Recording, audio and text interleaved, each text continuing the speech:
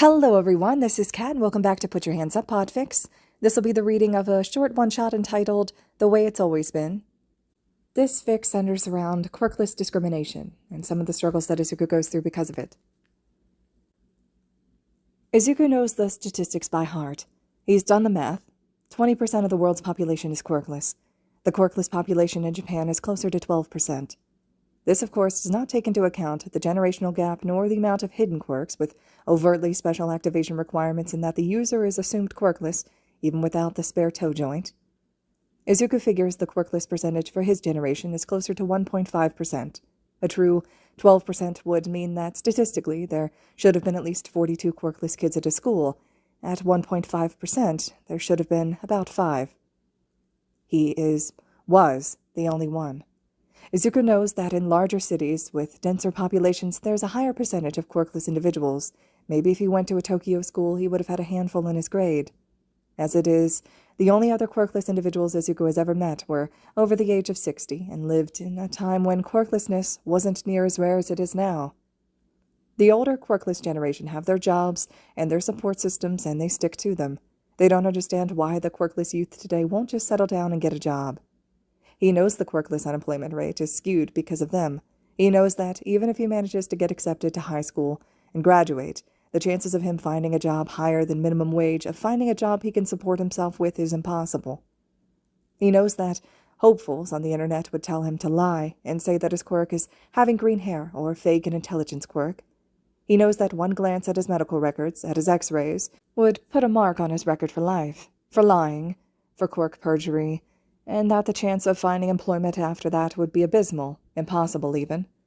He knows that a quarter of formerly incarcerated people don't have education past the middle school level, and that 80% of his quirkless peers will be unable to find a high school that will accept them. Inko had insisted he fill out an application for more than just UA. It was like she thought that he was entirely delusional, like she thought he didn't think these things through. He'd planned on applying to multiple schools either way. He remembers filling out application forms for school and seeing the quirk-type field options of emitter, transformation, and mutant. It was a required response. Short of lying on his application, Izuku wouldn't be able to finish filling them out. He'd asked his mom about it, and she'd insisted she'd call the school for him and sort this whole thing out. The first phone call had been oddly short. She had just begun explaining the problem when she stopped suddenly and held the phone away from her ear. We must have lost connection. She sent him a smile, but had then taken the phone into the other room to make the consecutive phone calls. Izuku had a lot of experience listening in on things he knows people don't want him to hear. Yes, I understand, his mother's muffled voice said from behind the door. But he's very bright, I can assure you. Izuku took a deep breath and moved to sit down at the kitchen table, crossing the school's name off the list. Eventually, Inko emerged from her room with red-rimmed eyes, wringing her hand like she always did when she lies. She'd smiled over at him. They don't have any openings at that school. How about we try the next one? When Izuku gets into UA, for a moment, the surprise of getting into a high school at all overrides the fact that he got into UA. He'd always thought that even with UA publicly announcing their acceptance of quirkless students that he would be judged harsher than the other students. He'd have to work twice as hard to get into even just the general department to prove he even deserved to take the spot of a quirked kid. He first thinks, wow, I got into high school. His next thought comes crashing through the forefront of his brain. He's going to UA. He's going to be a hero. He has a quirk. Ah, right. Of course, that makes sense. He has a powerful quirk now. Even with his medical records, the display of his quirk at the entrance exams would be indisputable proof of his quirk, extreme late bloomer or not. All Might's quirk was solving more problems than Izuku had thought it would, namely, getting a higher education. People had always told him to dream realistically, and he had known being a hero was a long shot. But he'd still wanted to help people, to be there for them, to put a smile on his face and take away worries and fears. But he'd looked for other high schools, insisted to his counselor that yes, he was applying for the general studies course at UA because the school actually allowed quirkless individuals to apply. She'd begrudgingly let him apply.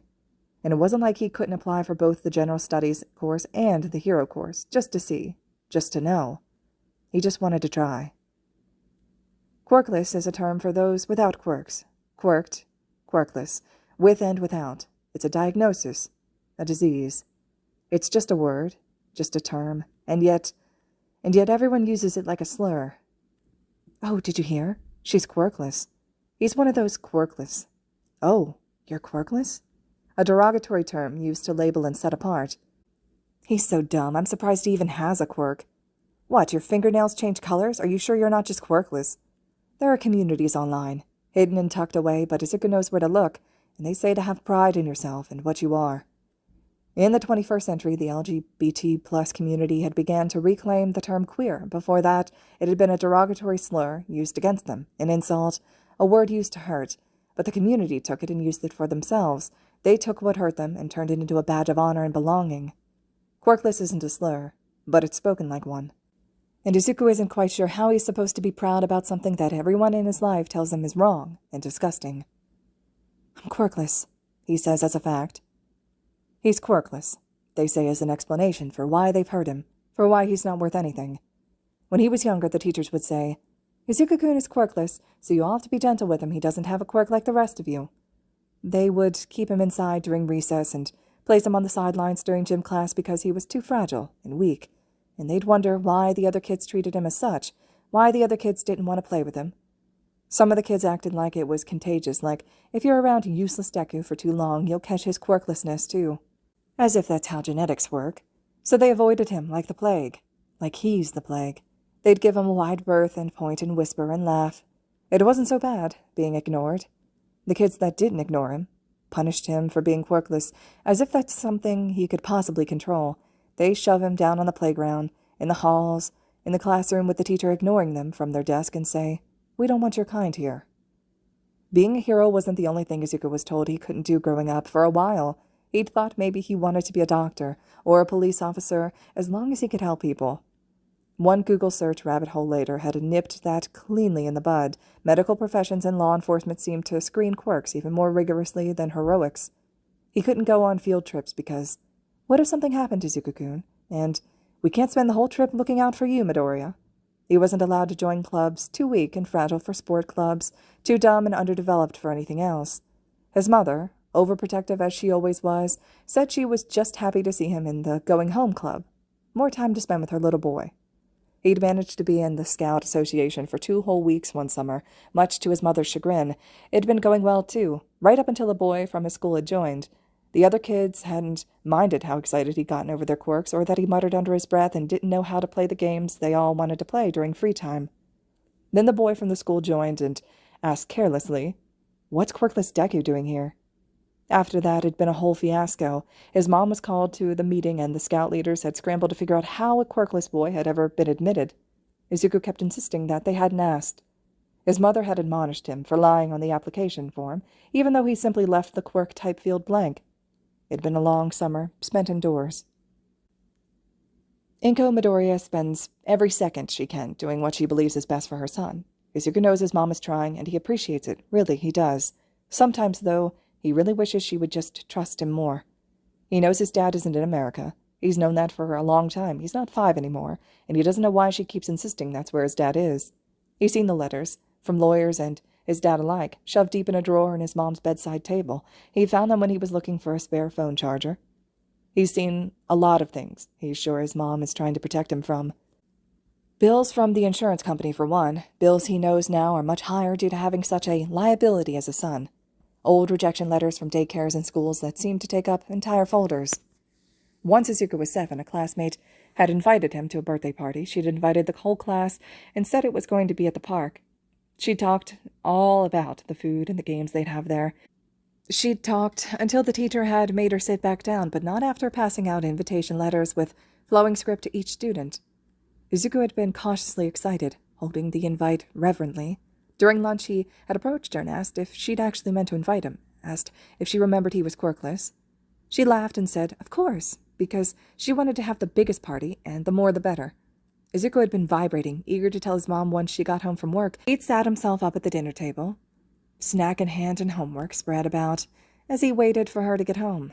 A call had come through on the home phone, but Izuku wasn't allowed to use the phone without his mom, so he ignored it until the answering machine had picked it up. There was a moment of silence until, Midoriya-san. Hello, this is Kiki-chan's father. My daughter goes to school with Izuku-kun. I just wanted to... The man on the other line pauses, and Izuku finds himself holding his breath.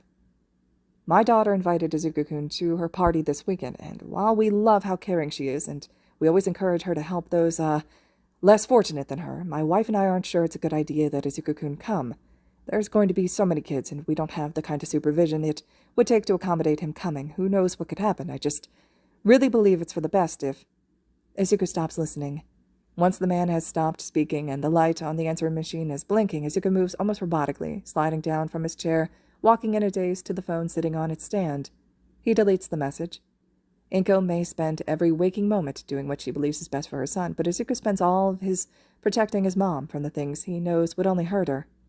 He throws the invitation away and finishes his homework. The first time that recovery girl just heals his broken bones, Izuku is more blown away by the fact that she'd healed him than he is by being healed by a pro-hero recovery girl. And it was the first time a healing quirk had been actually used on him before, and he marveled at how quickly the skin had stitched itself back together. He kept bending his limbs back and forth the next day because he could. Only a day after, he'd broken the majority of the bones in his body, and he was fine. Izuku had been to the hospital a lot growing up. He'd had his own fair share of broken bones and cuts from falling down on the stairs and tripping over his own 2 feet. It wasn't even like pre-quirk medical treatment wasn't used anymore. It usually depended on the hospital's staff and what quirks they had on hand. Sometimes they had a healing quirk, but it didn't work on bones, only skin. Other times they had a quirk that would fit the pieces of bone together, but it still had to heal on its own. Izuku's done extensive research on the types of quirks used in medical professions, how they helped in surgery and field operations, how they could be applied to vaccines and infections. The way that people had found to adapt quirks to the medical field was fascinating. Still, as interested as he was in them, he'd never before experienced a healing quirk firsthand. Most hospitals didn't want to waste those sorts of resources on a quirkless kid. Izuku understood. He was just one kid. There were bound to be hundreds of other patients with injuries or illnesses much worse than whatever he had come in for. He knew how to shower with cast on, how to apply the salve to second-degree burns, how to wrap various kinds of injuries. He didn't need a quirk to heal him. His body would do that on its own eventually. Once, a healer had downright refused to heal him when they had found out he was quirkless. They had seemed insulted that the nurse even asked. Said they had much more important things to do than heal some quirkless kid. Said he was probably overreacting anyway. He was used to it. He understood. He'd watched his mom fill out emergency room paperwork for years. Eventually, once he decided he was old enough to stop dragging his mom to the hospital with him for every little thing, he'd learned to do it himself. He'd grown used to how fast the sympathy would fade once they glanced over his paperwork. How they'd tell him to sit and wait his turn, even if he was first in line. Sometimes he'd wait for hours. But they were busy. He understood.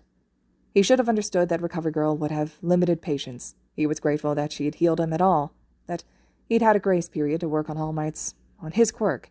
He knew he got hurt a lot, though. It must be troublesome to deal with a student who's stupid enough to hurt himself with his own quirk so often. His middle school nurse had never wanted to deal with him either. There were so many other kids in need, and he was taking up an unfair amount of time. He understood.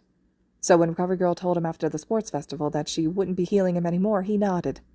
How could he have forgotten so quickly? His injuries were his own fault. He had no one else to blame for them. He just had to take better care of himself, get stronger, pay more attention, be better at controlling All Might's quirk. There was no excuse for being as far behind as he was. It was a miracle he was training to be a hero. He should be grateful he was even here. He didn't need to waste Recovery Girl's time, waste All Might's time. He knew how to take care of himself, and it was time he act like it. The next time he overused his quirk, and he was certain he'd managed to fracture a finger, he'd excused himself to the restroom, wrapped it in athletic tape to stabilize it, and kept going. He was already used to taking care of injuries like this, and he's glad it's something small that he can take care of himself. Scrapes and burns he knew how to put ointments on, and cuts he'd hold together with butterfly stitches. They weren't that serious, and anyways, he knew he couldn't bother Recovery Girl with them. It didn't matter if he'd fallen 2 stories out of a window, landing on his back and knocking all the air from his lungs, or if Aizawa had excused him from class specifically to go visit Recovery Girl. It didn't matter because he knew he'd used up her patience. Instead, Izuku went and sat in the empty locker room, breathing as carefully and deliberately as his protesting lungs would allow. He swallowed a few aspirin dry, then left for the classroom when he heard the approaching footsteps of students in the hallway. He was fine. He just had to not be so weak. Quirkless is defined and treated as a disability in Japan. More than once his mom had tried to get him to attend quirkless support groups, like that would somehow help, like that would somehow fix everything wrong in his life, like there's something wrong with him. Like it would fix him. Izuku doesn't need support for being quirkless. He can't be fixed. He tried. He tried so hard for years, jumping off of swing sets and nearly drowning himself in the bath, blowing air until he was blue in the face in the hopes of developing any type of quirk. He just needs kids to stop beating him up after and before and during school. His mom's generation wasn't this bad. He's done research. In the past years, the decline of the quirkless population has been exponential. When she was a kid, there was probably at least 10 quirkless kids at her school, maybe even 1 or 2 in her own class. The only quirkless person Izuku knows in person is Mrs. Shikamura, who is 80 and lives in the apartment building by the konbini that Izuku and his mom frequent. She's nice enough, but when he was younger, Izuku never understood why his mother would force him over there for tea once a week. Now he wishes he would have asked her more, spent more time with her, with someone who could maybe begin to understand. He'd been young, though, and had mostly cared about how good she was at making cookies, not asking which local markets would refuse him service and which ones would jack up the prices on him at the last second once they saw his ID card. He should have asked if she knew anything about his job prospects as a person without a quirk, if she knew anyone who would hire him with just a middle school diploma. Izuku supposes it doesn't really matter anymore, but he still wishes he would have asked. Uraraka slumps down at the lunch table in a huff, letting her head thump down next to her lunch. Tsuyu places a hand on her back and rubs it gently. "Hochaku-chan?" she asks. "Are you all right?" "Yeah," Uraraka says into the table, then turns her head to face Tsuyu, blowing some hair out of her face. "My dad just texted. They lost the bid to another company." "I thought negotiations were going well," Tsuyu says, like this is something she's heard about before and not a totally random thing Uraraka is bringing up out of nowhere. "They were," Uraraka says, pushing herself to sit up fully. "That's what I don't understand. They went with another company just because it was a little cheaper. You'd think that they would want to hire someone who they knew would do a good job." "The other company won't do a good job?" Tsuyu asked. Uraraka rolls her eyes. "The other company contracts quirkless people. Can you believe that?" Izuku's mouth goes dry. He feels like a wave has just washed over him. His ears feel muffled, his skin clammy. Tsuyu hums and puts her hand on Uraraka's shoulder. Izuku doesn't breathe. Todoroki glances at where Izuku's chopsticks have frozen over his plate, but doesn't say anything. "Is there something wrong with quirkless labor?" Ida asks. "Maybe not for, other things," Uraraka scrunches up her nose. "But quirkless people are, fragile, you know? Their bodies are weak, and they want to have a construction job and do manual labor. That stuff can be super dangerous. They could get hurt. So how can you expect them to do a good job on something like that?" Ida nods along, like he totally gets everything Uraraka is saying, and it's not weird or hurtful or quirkist for these words to be coming out of her mouth. "A few people my family's agency employs have quirkless workers, and while they're nice enough, they are, less developed." Ida flushes slightly. "They're biologically behind that of the quirked individual, so I can see why you'd be worried about them on a construction job." Uraraka nods and nods and nods. "Exactly. I don't have anything against them, but shouldn't they do something that's, more safe? Something that they're actually good at?" "Like what?" Izuku's traitorous brain asks. "Like jumping off the roof and hoping for a quirk in the next life." He drops his chopsticks on his plate and moves his hands to fist them in the fabric of his pants. "And I know there's diversity laws or whatever," Uraraka is saying, "but shouldn't the job go to someone who deserves it? Someone who's actually qualified? You shouldn't just hire people to make your company look good, you know?" Honestly, Izuku should have known it wouldn't be any different here. He was lulled into a false sense of security in this place where he had friends and teachers that didn't hate someone for a genetic defect, trait they couldn't change. Izuku knows a lot of things. He knows that quirklessness is defined as a disability, so quirkless labor is cheaper. You are not legally required to pay a quirkless person minimum wage if the employer has more than 45 employees. It is required by law for 2.3% of those employees to be disabled. So, if you hire a quirkless person, you can avoid hiring someone with a physical disability. You can hire someone who equally needs the work, but could also be slowed or have limited production, even if it is proven that the quirkless individuals just aren't as bright as quirked people. He knows that the Labor Standards Act says that working conditions should meet the needs of workers who live lives worthy of human beings, that quirkless individuals aren't deemed as worthy human beings. They're seen as leeches of society. How could they possibly contribute without a quirk? How could they possibly be worth something? What Izuku doesn't know is how to imbue the knowledge of every struggle from a marginalized group that he's learned firsthand. He doesn't have the words to make his friends understand. He's never even had the words to make his own mother understand. So Izuku doesn't say anything. Izuku tries his best to be early to school. According to Ida, you should be there at least 30 minutes before the start of class, if you want to be a punctual student at least. So usually, Izuku goes to bed before midnight, an entirely reasonable time, thank you, gets at least 6 hours of sleep before he has to get ready for school and leave to catch the train. Sometimes, though, he ends up in a rabbit hole of forum posts and blogs and ends up in a spiral of research that doesn't stop until he notices the sun peeking out over the edge of his window frame. On those days, it's a struggle to drag himself out of bed for his morning run and still make it to class at an Ida-appropriate time. Today he makes it still to class before Aizawa, but is surprised to see that most of his classmates are already there, deep in some discussion. Katsuki looks more constipated than usual and doesn't even grace Izuku with a glare as he slides past and murmurs, "Morning, Kachan." Izuku's just sitting down when Kirishima says, "I don't get what you mean, but you can't just say that sort of thing, you know." Izuku turns them out as he pulls out his notebooks and his homework, digging for a pen to take notes with. He's just resurfaced from the depths of his backpack when he tunes back into their conversation. "I mean," Mina trails off, "isn't it better if quirkless people disappear?" Izuku breathes out and stares resolutely at the back of Katsuki's head. He sets the pen carefully in the corner of his desk. His hands don't shake. "Mina, what the fuck?" Kirishima asks, half standing in his seat. "Not like that," she cries, waving her hands. "Just like, it's super uncommon nowadays, and they struggle with stuff. Won't it be easier once we don't have to worry about them getting all hurt all the time? In the future, once there aren't any quirkless people left, I mean." Yaoyorozu hums. I guess they do take up a lot of resources. Once there aren't any quirkless people left to worry about, those resources should be reallocated. The government puts forth a lot of effort into helping them, which is wonderful, but I imagine if they didn't have to specialize housing for the quirkless or create all these jobs for them, they could focus more on other things, like assisting the elderly, or helping those affected by villain attacks. Still, Kirishima trails off. "I'm not saying they should die," Mina says. "Just that they're like a burden on society, or something. Geez, it sounds terrible when I say it like that." Katsuki makes a show of leaning back in his seat, but the group doesn't shift their attention to him until he speaks. "It is better that disabled people disappear." Izuku lets himself focus on what Katsuki is saying, breathing carefully and focused. Katsuki's hands are clenched on top of his desk, and Izuku can see the beginning of sparks beneath his fists. "That's what you're saying, right?" "Well, that's..." Izuku's not sure who's speaking. He can't tear his eyes away from Katsuki. "They're useless and weak, and it'd be better for everyone if they weren't around." He spits. "Easier. We wouldn't have to think about them, see them, have them waste resources." "Bakugo. You're fucking lucky Aizawa's not around to hear you say that bullshit. We're supposed to be heroes, right?" He laughs.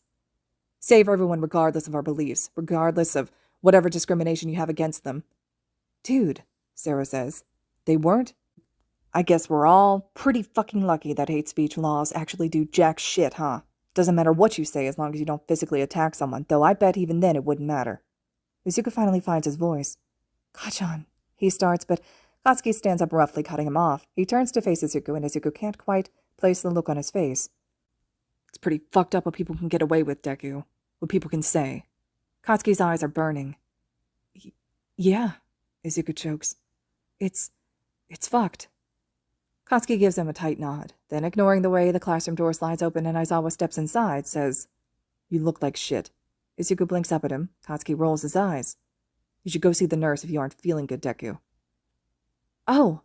He's not sure if Katsuki's actually expecting him to go see Recovery Girl, or if he knows Izuku will just find a bathroom stall to privately collect himself in.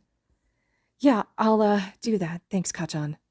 Katsuki just turns around and throws himself back down in his seat. "If you're not feeling well, Midoriya, please pay a visit to Recovery Girl," Aizawa says as he sets some papers down at his desk. "Yes," says Izuku, sliding his notebook and pens into his backpack. "I'll try to hurry." Aizawa starts to say something, probably the usual spiel of, if he isn't feeling well, he should take the time to rest, but Izuku is already rushing out the door and down the hall. The delayed panic is setting in, and he has to find somewhere secluded before he starts hyperventilating. He can't believe Kachan said that. He can't believe... The shock of Kachan standing up for him is almost enough to kill his anxiety altogether. Izuku ducks into a bathroom and doesn't make it back to class before the next bell. Izuku spent his whole life wishing he had a quirk, even if he had a simple, useless quirk. Something like extra fast-growing fingernails, or the ability to change the color of his eyes, anything, to make him worth something to society, something that wouldn't make him stick out so much. Getting a quirk was the best thing that could have possibly happened to him. Having a quirk was the reason he was able to be a hero now, the reason he had friends now, The reason his mother had finally stopped living like a ghost in their own home and treating him like he was going to fall apart like any moment. He couldn't imagine anyone wanting to be like that. So it's a punch to the gut when he is taking out the burnable trash with Todoroki, only for Todoroki to confess. I wish I had been born quirkless. As he tips his bin up and over into the incinerator, Izuku chokes and almost drops his own bin. What? No, you don't. Todoroki blinks. I do. I think life would have been a lot simpler. Simpler? Izuku barely feels the bin crunch from where he's gripping it. So you want to be mocked and ridiculed every day? You want to be weak? Just be a waste of space and a burden to everyone around you? Todoroki eases the bin from Izuku's tense hands and dumps it into the incinerator. That's not what being quirkless is like. Izuku bristles. Oh, like you would know. He spits. Someone with a perfect quirk like Todoroki or Katsuki's would never understand. My brother is quirkless.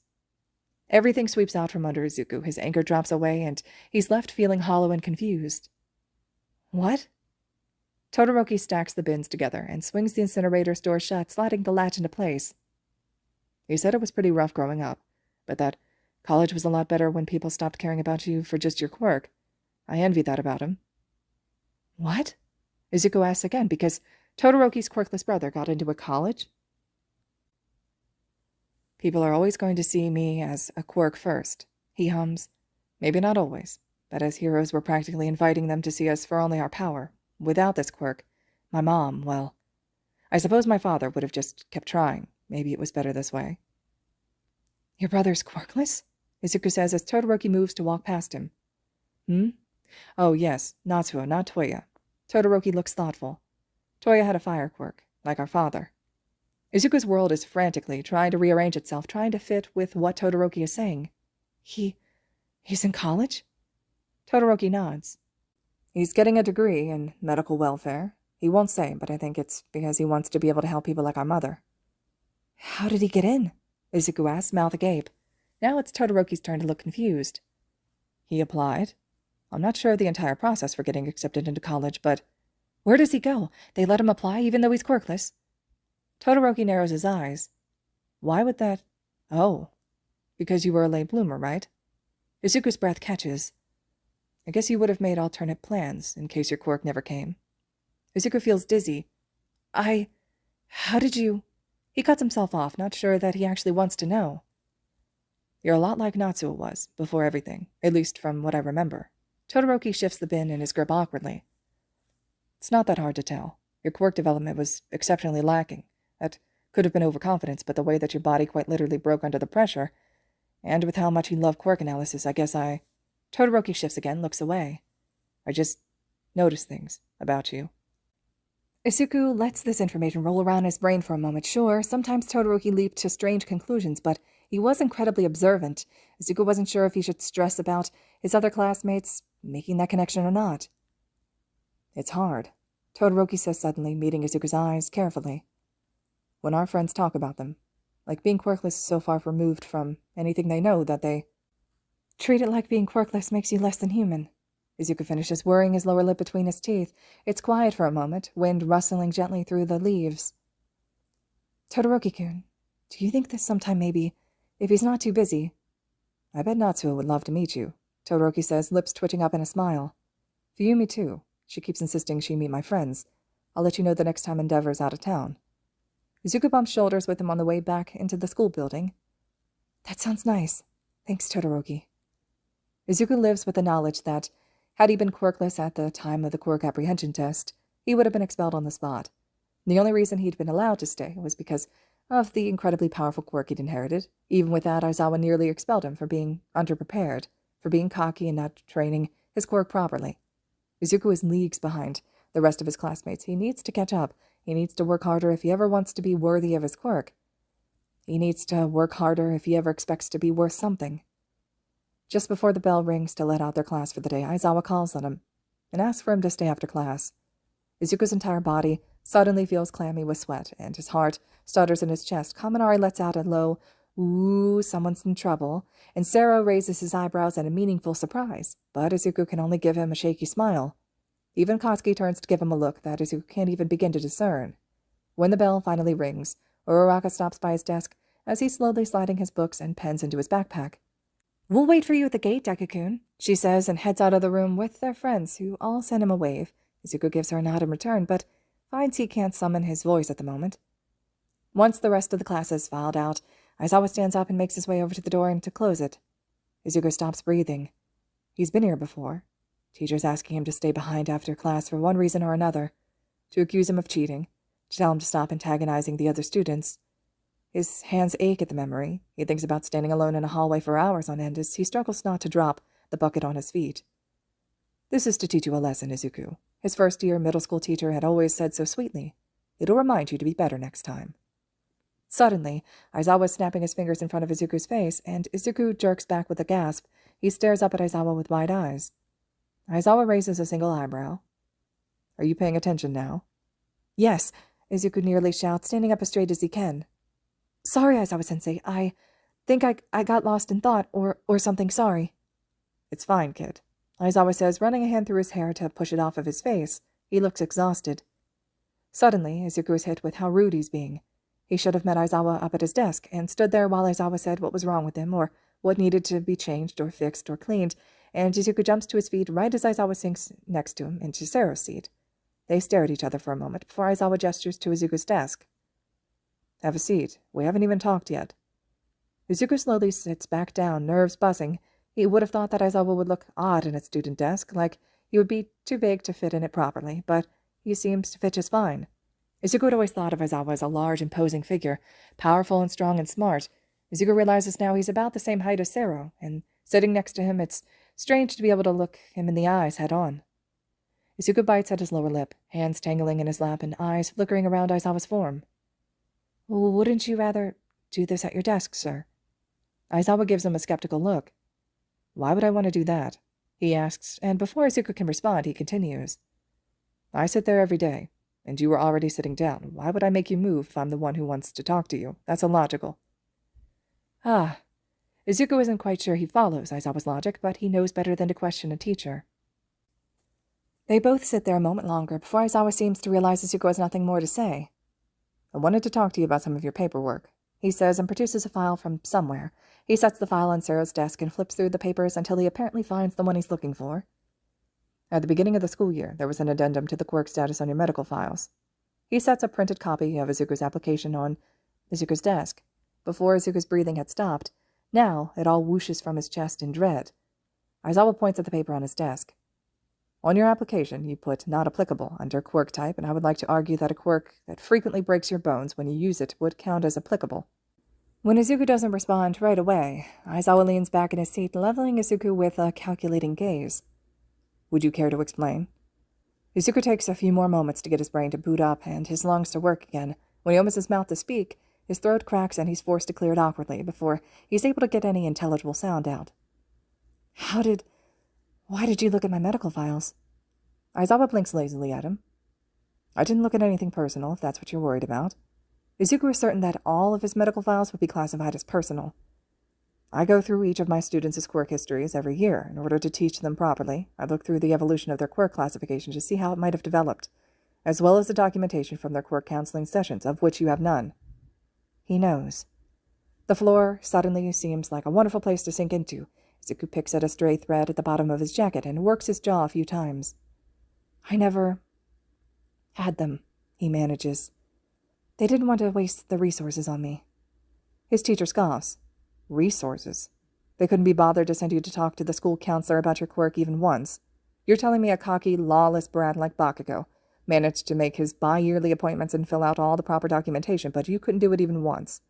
Or are you telling me that the school simply overlooked certain students? Mind telling me how that works?" Of course not. And of course, he's being compared to Katsuki right now. When is he not? Why can't you be well-behaved like Katsuki-kun? Why aren't your grades as good as Bakugo's? Why aren't you as strong, as fast, as smart? Why don't you have a quirk like him? "So you're saying it was just you? That doesn't make any sense, Midoriya. It's mandated by the commission. No school would risk losing their teaching accreditation for that." I'm not lying. Izuku tries, and he's starting to feel slightly hysterical. Is Aizawa making fun of him? Is this just a tactic to make him more nervous? It feels like he already knows something. He's just trying to get Izuku tripped up on his word enough to get him to admit whatever Aizawa thinks he knows. Maybe he just needs something concrete enough to get Izuku in trouble, to get him expelled. Aizawa looks bored. I'm not saying you are, he says, but then he rubs at the bridge of his nose like he's starting to get a headache from this conversation. I'm just saying it's highly unlikely and extremely irresponsible for a school to ignore a mandate like that. If they're letting kids slip through the cracks like this, I can't imagine what else they're getting away with. It's not... Izuku's going crazy. Aizawa's not listening. Does he want to hear him say it? What does he want Izuku to say? Izuku was lost before the conversation began, and he's not sure how to come out on the other side unscathed. It was just me. His teacher's eyes harden. Izuku shrinks back. So you're telling me they purposefully neglected the development of a single student? Izuku's heart lodges in his throat. Aizawa stands up, chair scraping against the linoleum. Where are you going? Izuku croaks as Aizawa makes his way past the line of desks. He manages to stand on shaky feet as he watches his teacher with wide eyes. Aizawa's response is measured and calm. I'm going to ask Nezu to help me contact your middle school and then, hopefully, burn it to the ground. What? Aizawa stops and turns at Izuku's shout. You can't! Why would you do that? Aizawa scoffs. You think I'm just going to let them get away with discriminating against students? But it was just me. And that makes it okay? Aizawa narrows his eyes. Izuku gapes at him. Yes. Izuku can't let him do this. Call Aldera? It's been so long Izuku can't imagine trying to dig that particular can of worms back up now. Aldera hadn't even technically been in the wrong. How were you supposed to give a quirkless kid quirk counseling? You literally can't. How was he supposed to receive counseling for a quirk he didn't have? How could that possibly make it okay, Midoriya? Aizawa snaps, and he's angry. Izuku's heart stutters in his chest. He'd lost track of the conversation and messed up. He said the wrong thing, or maybe he said exactly what Aizawa wanted to hear, but somehow that was worse. Aizawa's turning away from Izuku now, taking another step toward the door. Izuku can't let him do this. Can't let him go digging around at Aldera. He doesn't know what Aizawa would find, but he knows that he can't risk that. Can't risk his future or Katsuki's. If Aizawa goes looking and he finds something, it's going to be all Izuku's fault. Izuku has to stop him. Stop this. He has to set things straight. He has to... Aizawa's almost to the door. Panic clenches at Izuku's chest. Because I'm quirkless. The words are out before he can even register saying them. Though his back is still turned to Izuku, he freezes in place. What? Aizawa asks, and Izuku can barely hear the question over the roaring in his ears. Was, Izuku chokes. Was quirkless. I'm not anymore, obviously. He tries to take a breath, but finds his lungs are locked shut. I was a late bloomer, really late, so nobody knew that I would, so I didn't have counseling because I didn't have a quirk, so it's fine. He drops harshly to his seat. It's fine. Aizawa moves silently back through the classroom and carefully sits down at the desk next to Izuku's. Midoriya, he says, and waits until Izuku glances over at him. It is wrong to mistreat any student, quirkless or not. Do you understand me? Aizawa still doesn't get it. How much more will Izuku have to say? He already feels drained for words. They didn't. That's just why I don't have the records for quirk counseling, because I didn't need it. Aizawa looks like he may have accidentally eaten a lemon. That wasn't all they decided you didn't need, was it? When Izuku doesn't respond, Aizawa breathes out long and slow and presses his thumb and forefinger into his eyes. After a moment he says, Regardless, you need quirk counseling now. We'll start on it next week. If I had known you were such a late bloomer, I would have. Expelled me? Izuku's mind supplies. Treated your training entirely differently. For now, we'll start with the counseling. After that, we may have to start working one-on-one. We'll run through some quirk strengthening exercises. You're close with All Might, yes? I'll see if he has any time over the next month to work with you as well. Izuku blinks big, wide eyes up at his teacher as Aizawa stands and walks toward his desk, pulling out a planner and muttering to himself. Izuku tries, but his voice catches. Aizawa glances back at him. You're doing all of this for me? To help? Me? His teacher shoots him a wry smile. Better late than never. All right, everyone, this concludes the one-shot entitled The Way It's Always Been. I hope you guys enjoyed this one. The author really put a lot of effort, you could tell, into the research and thought behind this. Let me know your thoughts and reactions, and as always, thank you so much for listening.